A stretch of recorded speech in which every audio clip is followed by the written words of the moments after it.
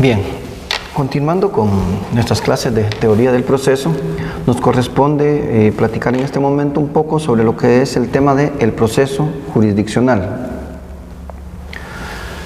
¿Qué buscamos con este tema del proceso jurisdiccional? Como objetivo, pues buscamos que el estudiante de la Universidad Rural de Guatemala conozca de los distintos actos procesales que se realizan dentro de un proceso.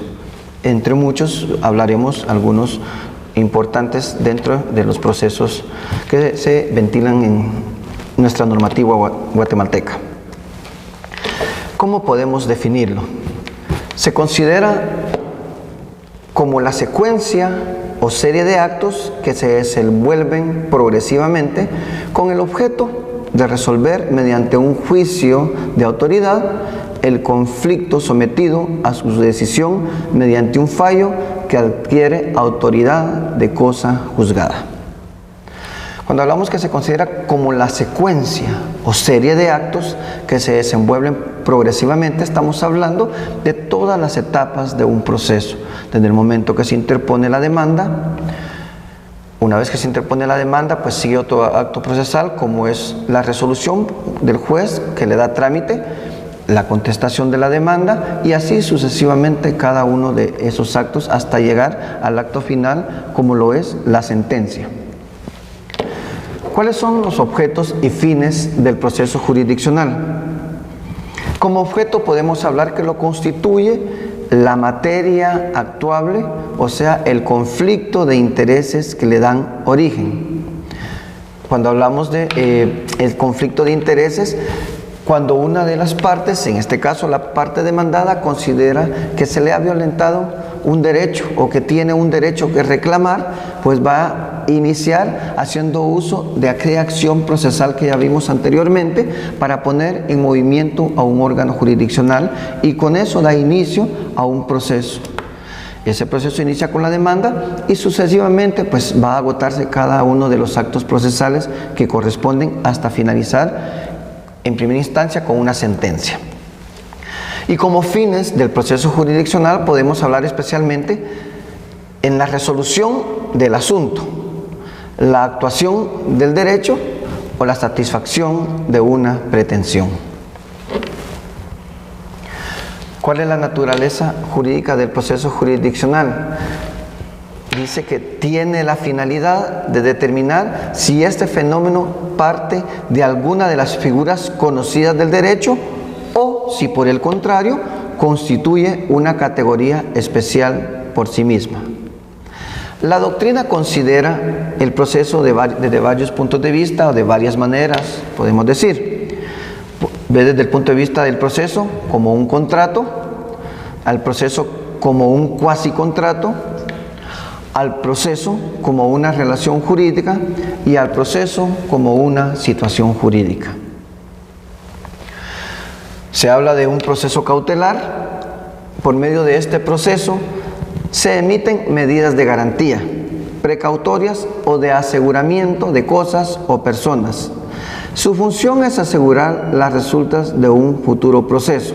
Este proceso cautelar pues es una forma especial que la ley determina para asegurar los resultados de un futuro proceso, y en el cual se van a utilizar instituciones como lo es el embargo, instituciones como lo es la anotación de una demanda, institución como podríamos hablar de asegurar también a personas cuando se encuentran en determinadas condiciones de peligro.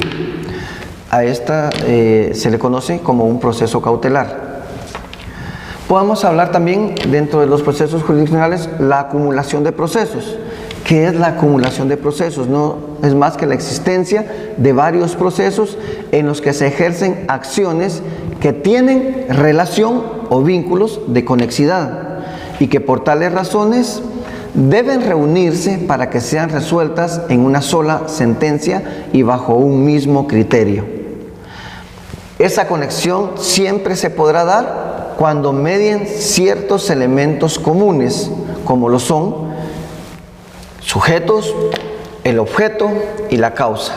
Si se dan estos tres elementos comunes, podemos acumular perfectamente procesos para que sean resueltos con un mismo criterio de una vez ante un órgano jurisdiccional.